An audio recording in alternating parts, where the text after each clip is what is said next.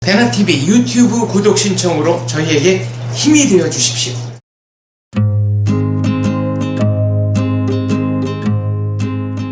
배나TV 시청자 여러분께서 달아주신 리플에 제가 직접 답을 해드리는 리플 6번째 시간입니다. 오늘도 4편의 댓글을 저희가 선정을 해봤습니다. 첫 번째 글입니다. 장진국님이 몰라수다 북한수다 126회 국정원에서 있었던 에피소드들 외 편에 달아주신 댓글입니다. 저는 백수라 매우 어렵게 삽니다. 그러나 크게 보아서 대한민국이 민족 통합을 위해 과감하게 투자하고 원하는 동포들에게 주민증을 주는 것은 매우 필요하며 같은 국민으로서 뿌듯함을 느낍니다. 정부의 잘못된 정책 혹은 강대국의 위세에 꺾인 정책은 오히려 우리 민족을 이간만 시켰습니다. 바른 정치는 매우 중요하며 공무원의 역할을 말로 다하지 못할 것입니다. 저도 그렇게 생각합니다. 탈북자들에게 물어보니까 주민등록증을 받는 순간에 내가 비로소 이 사회의 온전한 구성원이 됐구나 하는 느낌을 받아서 그렇게 감격스러웠다고 하네요. 많은 탈북자들은 그래서 주민등록증이 나오고 6개월이 있다가 곧바로 여권을 신청한다고 합니다. 그러니까 여권까지 한번 만들어 보는 거죠. 그러고 보니까 왜 주민등록증 만들고 6개월 후에 여권 신청하는지는 안 물어봤네요. 아마 유예 기간이 있는 게 아닐까 그런 생각을 했습니다. 장진국님은 조선족 동포 정책이라든가 기타 여러 가지에 대해서도 말씀을 해 주셨는데요. 외교상에 있어서 저희가 흔히 잊고 있는 게 하나 있지 아는가 합니다. 나라 간에 국력의 차가 있으면 당연히 협상력에도 차이가 있다라는 것이죠. 그러니까 참 안타깝지만 한국이 중국과 협상을 할 때는 협상력에서 기본적으로 차이가 난다는 사실을 우리가 인정해야 한다고 봅니다. 그렇지 않은 방법, 우리의 의사를 관철시키는 방법은 대개 두 가지가 있다고 생각하는데요. 하나는 국제사회에 통용되는 약속을 지키고 우리도 약속을 지켰으니 이 약속을 지켜라. 그러니까 국제사회의 이름으로 압력을 가하는 것이고요. 또 하나는 동맹국의 이름으로 중국에게 말하자면 우리의 의사를 전달하는 것이 아닌가 이런 생각을 해봤습니다. 백영래님이 이춘군의 국제정치 2회 미국 중국의 역학 대선과 주한미군에 대해 편에 이런 글을 달아주셨네요. 미군이 철수하면 사실상 인계철선이 사라지고 자동참전도 안 되게 되고 한미 상호방위조약에도 자동참전조약이 없어서 휴전선 부근에 미군을 주둔시킨 것인데 만약 미군이 철수하게 된다면 사실상 한미 상호방위조약은 폐기되는 것이고 한국이 알아서 생존하는 상황이 된다면 NPT 탈퇴 후에 핵 개발 외에는 답이 없습니다. 일본하고 협력하려면 독도 땅 분명히 일본이 우리에게 달라고 할 텐데 한국이 독도를 넘길 수는 없겠죠? 라고 말씀하셨네요. 인계철선은 트립와이어라고 하죠. 미군이 한 명이라도 북괴군의 공격에 의해서 사망한다. 이것은 자동참전의 명분이 되기 때문에 주한미군을 전방에 주둔시켰다라고 보는 것이 많은 분들의 생각입니다. 맞습니다. 그런데 한미상호방위조약은 한 나라가 침공을 받을 때 당연히 자동참전을 하게 돼 있는 것으로 저는 알고 있습니다. 저도 이제 한국이 핵무장에 관한 좀 다채로운 목소리를 낼 때가 됐다라고 생각을 하는데요. 자체 핵무장론을 비롯해서 미국의 핵우산 아래 미국의 핵우산을 다시 요청하는 문제 등등을 이제는 좀 광범위하게 논의를 해야 되지 않는가 하는 생각이 듭니다. 비핵화 선언, 대한민국은 충실히 이행했지만 북한은 이행하지 않았습니다.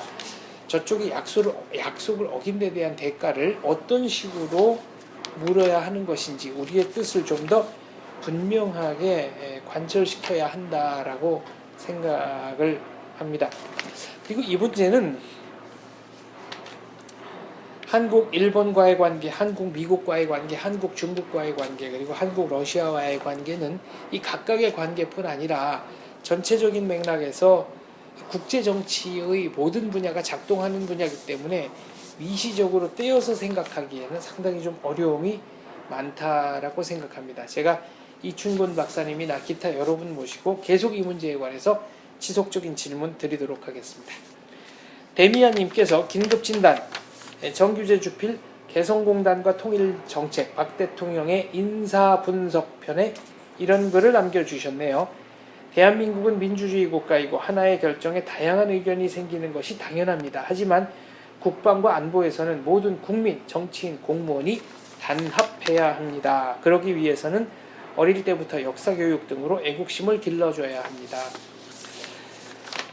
경제정책이나 권력구조 등등에 관해서는 이견이 있을 수 있겠지만 적어도 국가 안보에 관해서만큼은 이견이 없는 것이 정상적인 나라라고 생각합니다. 제가 존경하는 어떤 분께서 야당 정치인들에 대한 아쉬움을 표시하시고 자, 그분들은 전쟁이냐 평화냐 이렇게 말씀을 하시는데 본인은 그분들에게 그렇다면 이렇게 거꾸로 질문하고 싶다. 만약 전쟁이 난다면 당신들은 어디 편을 들 것이냐. 이 말이 핵심을 찌르고 전국을 찔렀다라고 저는 생각을 합니다. 전쟁이냐 평화냐 왜 이 비유가 적당하지 않은 것이고 논리적으로 보순인지는 이춘근의 국제정치 3편인가에서 이춘근 박사님이 자세하게 설명하고 논증해 놓은 대목이 있습니다. 이 점을 참고해 주시면 좋겠습니다. 장원재 엑스레이 28회 이란 경제 제재의 해제와 한국의 사정편에 배한주님께서 남겨주신 글입니다. 가끔 보면 저희 외교는 너무나도 근시안적이라는 생각이 듭니다.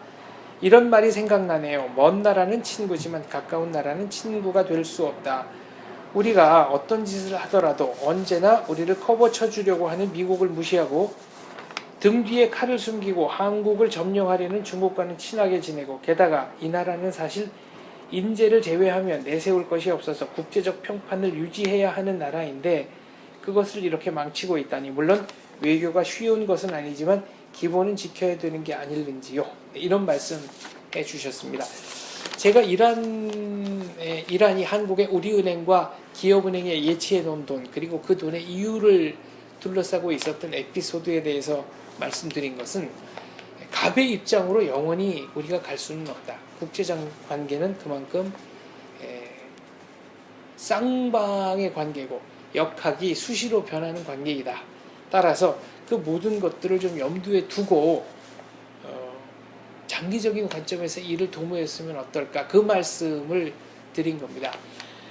540억 정도를 우리가 덜 줬다고 하는데요. 제가 볼 때는 540억에 상응하는 대가를 치러야만 아마 한국이 이란이 주도하는 경제개발이나 사회 간접자본 건설 계획 등에 참여할 수 있게 되지 않을까 이런 생각이 듭니다.